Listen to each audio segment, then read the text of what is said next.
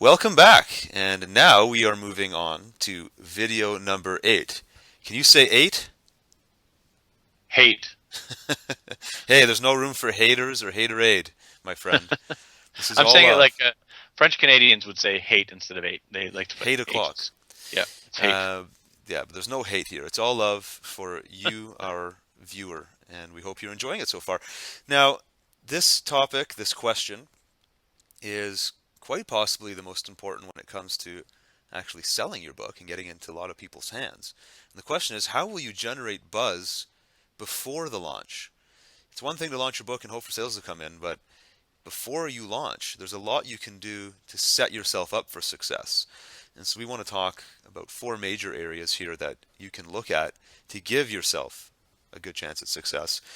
So let's first just talk at a high level, Brad, about some general sort of pre-launch action items, things that everybody will want to consider. Not not that every single action item we assign here that we suggest is going to be relevant for everybody, but there's some general things that people can do in their pre-launch to at least set themselves up to have a good start. I think no matter what, you've got to consider building a list. If you want to, especially if you want your book to hit the bestseller list, you're going to need to build. You're going to need to start building a group of people up that want your book, or that will at least be interested in your book before you launch it. And this process can take months or years if you want it to. I don't think there's really a wrong way of doing this, but I think that um, you want to create that buzz, and you want to know when you're doing all this, you want to know what your launch date is. You want to know a lot of this kind of stuff well in advance. You don't want to be guessing along the way. You want the first time someone opts into your funnel, your pre-launch funnel that we're going to talk about, you want to know when your book launch date is, and you want to be reminding them of that in every communication that you have with them Right. on the And high level. and, and to be fair, your pre-launch probably had a shorter lead time, shorter window, and was still very successful compared to some other people because you said some people might want to take years doing it. You did spend years building a bit of a profile in the business. People already knew who you were, and I think that's an important distinction because you can still have a successful book. You can still do a successful book launch and become a bestseller, even if you didn't have people who knew about you ahead of time in your situation. And I think you did a lot in your world or in your specific example to make yourself known to people who never knew you anyways. So I think, like you talked about, having that list or building a list from scratch will work for anybody. But at the same time, you might need to exercise a little bit of patience here, and that might, correct me if I'm wrong, Brad, or let me know if you agree or not. That might determine your launch date. If you have a book that you're almost completed, or maybe you have a ghostwriter finishing it for you right now based on our recommendations, and you're looking into the future saying, when can I launch this thing? If you don't have a blog, you don't have a platform where people already knew who you were, you might want to give yourself a little bit of extra time to build that list and to engage with that list and get to know those people, and maybe have a chance for it to go viral before you launch. Would you agree? Absolutely, yeah. Okay. So let's go into that then. You talked about setting up the funnel. How I know a big part of your strategy was it wasn't just list building where it was like sign up now and I'll give you a free report. That's not the way you did your list building. That's not the way you did your pre-book launch list at all, is it? No, I offered something that was provocative, and I think everyone who does this is going to have a different way of doing this, and I think you've got to think about what that is. And for me, I wanted to do something that was provocative that may go viral, and viral is something that people love to use it as a buzzword, but in my opinion, it's viral is something you hope for. It's not something that you create. You do your best to create something viral, and then you hope that it that everyone else loves it enough to go viral. And I've never really had anything go extremely viral. I've had a few things go, sort of semi-viral. Um, so we created a document called 11 Smart Successful Potheads, and this was, we talked about Richard Branson and Sergey Brin and Steve Jobs and, sort of the more famous billionaires that have admitted to smoking pot either regularly or occasionally or recreationally or, at a younger age or whatever it might be.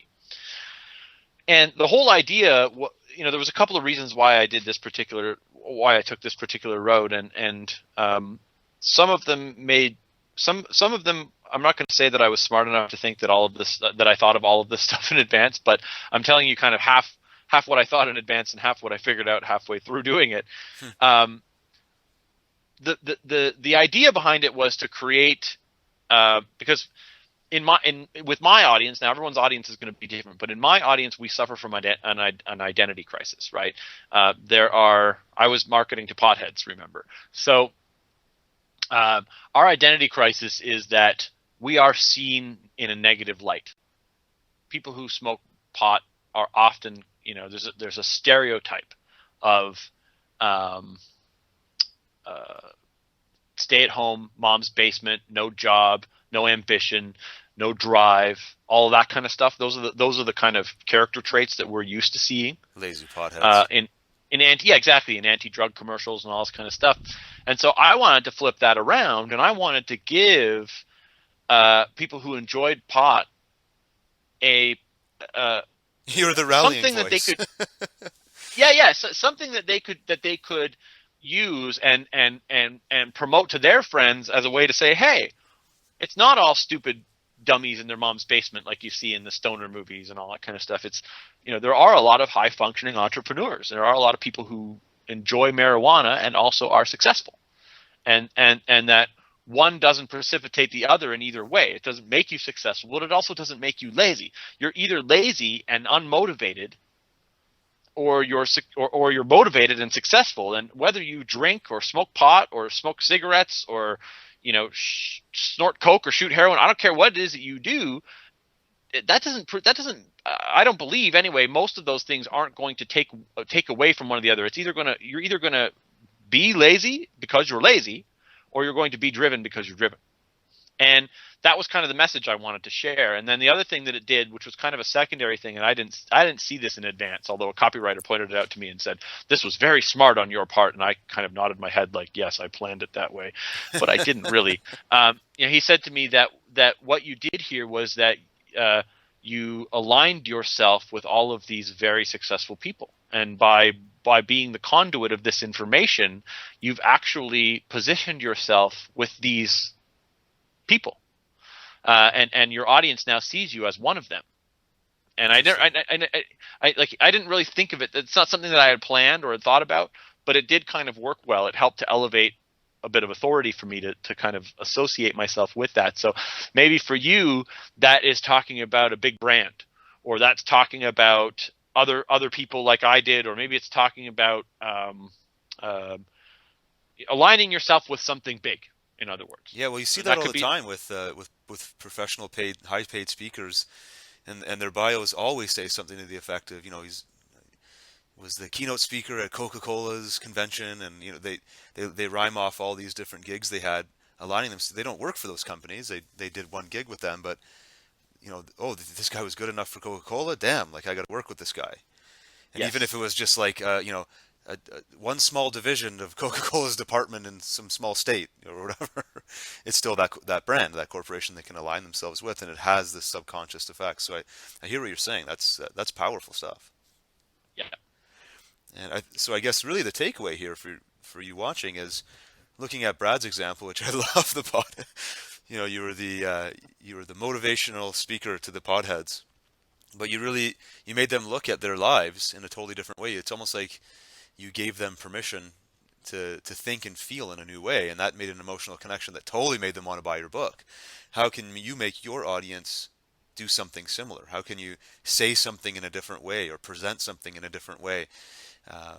That it may be just general information like those. I'm sure there were articles about Richard Branson having to admitted smoking pot, but you took that information and spun it in a way that served you and made your audience feel really awesome, and then they related that feeling of awesome back to your book. And and then of course you had, kind of tying back to our main point here, which is how are you going to generate buzz before the launch, is you tied that all back into your list strategy, which was not just building a list, but engaging with that list often, sending them great information.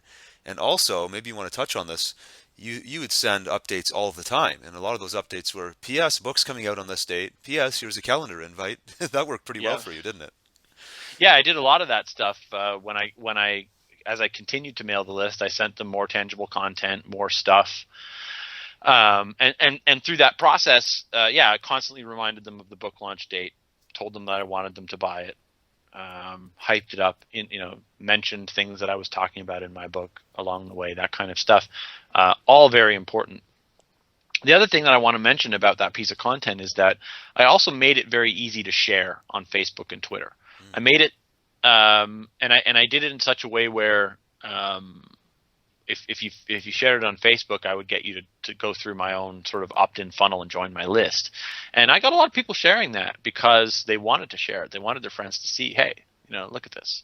And so think about, again, you can't force virility. You can't make something viral, but at the same time, you can provide all the components to make it easier for it to happen.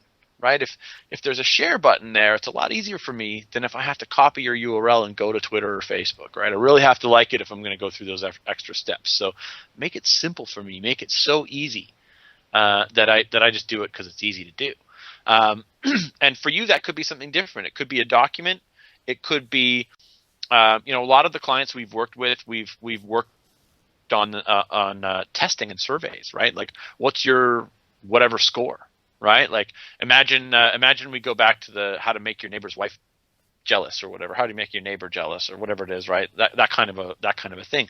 You could have a test where people fill out a questionnaire on your website, and based on the multiple choice answers that they choose, there's a scoring that takes place, and based on the score, they're given some type of label. Right, and that label could be signified by a cheap cartoon that you have drawn up to describe the type of person that they are, or whatever it might be. There's a number of different ways you can do this kind of stuff, and social network people love this stuff. They eat it up. They love to take short surveys that describe them as a particular type of person and allows them to post that on Facebook. That is I see people doing that all day long, all the time. There's one going around right now. I got a B- on this personality test. What did you get? Yeah, or there's one right now that's like, how hipster are you or something, right? It's like, have you seen this one? It's going around. It's like, I'm 86% hipster, and it's got like a picture of a guy in the summer with a a winter toque on his head, and he's got like all these different, or I guess toque is a Canadian word, isn't it? He's got like a winter hat on, like a having that imagery to go with it, and having like a humorous write-up about that particular personality type that might describe you, makes it more fun and more interactive, because you've answered some questions and it's revealed some stuff about you that to be true. You'll share that stuff. And that's it's easy to talk about, but it is actually a pretty simple exercise to go through. It doesn't have to be some long 50 question process. It could be 4 questions. It could be 7. It could be 20. It could be, it doesn't have to be a huge number, but something fun for people that makes them want to share that. And then people see, oh, Justin got this score. What am I going to get if I take the test, right? And that's that's kind of giving you all the things that you could possibly do to make something viral. And of course, at the end of the test, they have to give you their name and email address, or they have to connect with Facebook or something to get the result. And when they connect with Facebook, you're getting their information, so they're going on your list, and you're able to now post those results. And to the their chances wall. of them actually connecting are really high now, because they're invested in that questionnaire. They spent the time, so it's like, I already spent the time. Yeah. I'm getting this answer, so yeah, I'll give them my email or whatever. Yeah. So yeah, that's a great point. And just to kind of close this point off, a lot of the stuff we're talking about here feeds into something a little bit bigger, a bigger concept, which is the idea of personal branding. And in most cases, if you want to publish a book and you want to be the whole DIY bestseller guy or girl, most of the time we're talking about somebody who's going to be personally branded. Obviously, you don't have to do it under your own name, but our examples are all citing personal branding. So, Brad, I wanted to quickly touch on that.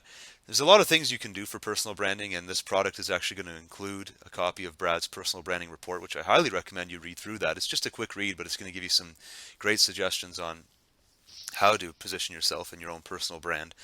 Uh, but even one of the first questions I asked you in this video, Brad, was the fact that your pre-launch lead time was a lot shorter than it might be for other people because you have been personally branding for years, and that included things like the way you interact on Twitter, having a video blog, and so on. What are some things people can do beyond what you say in your report? Maybe we can just quickly gloss over some of the ideas now. What are some things people can do to strengthen their personal brand so that it ties into having a really successful pre-launch? I think it's important that people know you, the person, the author of the book.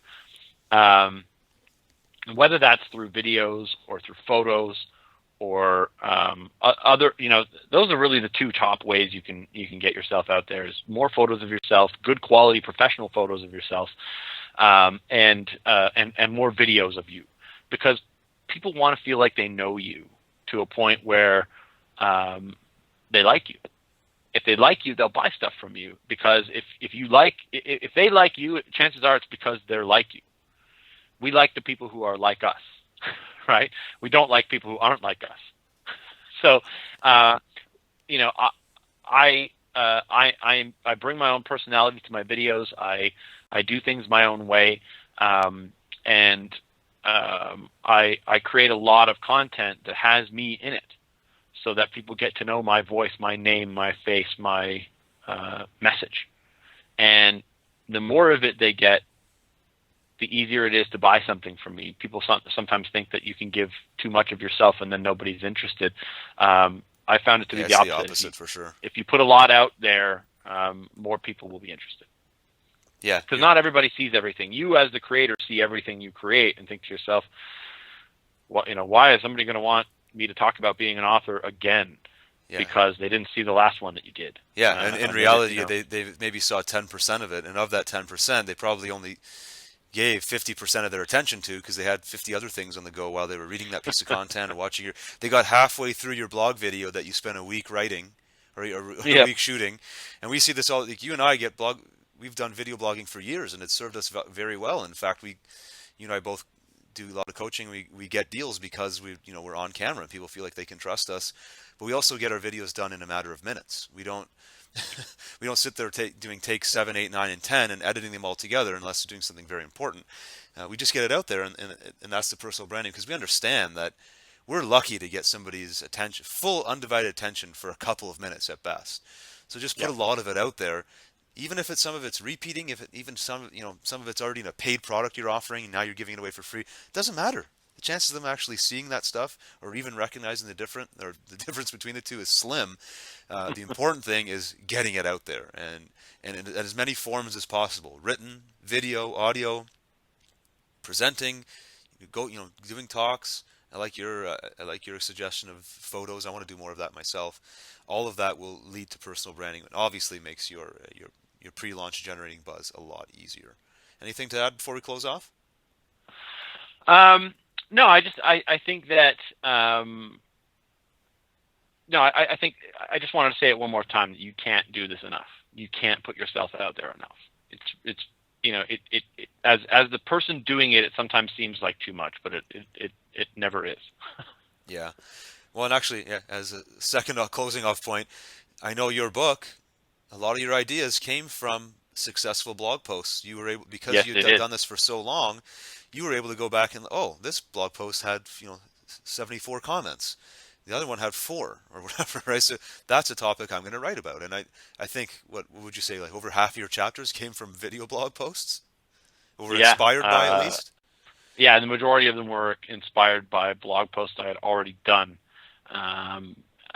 that had a lot of engagement, made it a lot easier to figure out what I was going to do. So by branding myself, I actually had figured out which of the topics I talked about that were the most, that resonated the most with people. Amazing. So that's your takeaway for this video, is to start doing more branding and putting more stuff out there, and then watch for the reaction of your audience. Do more of that. We'll see you in video number 9.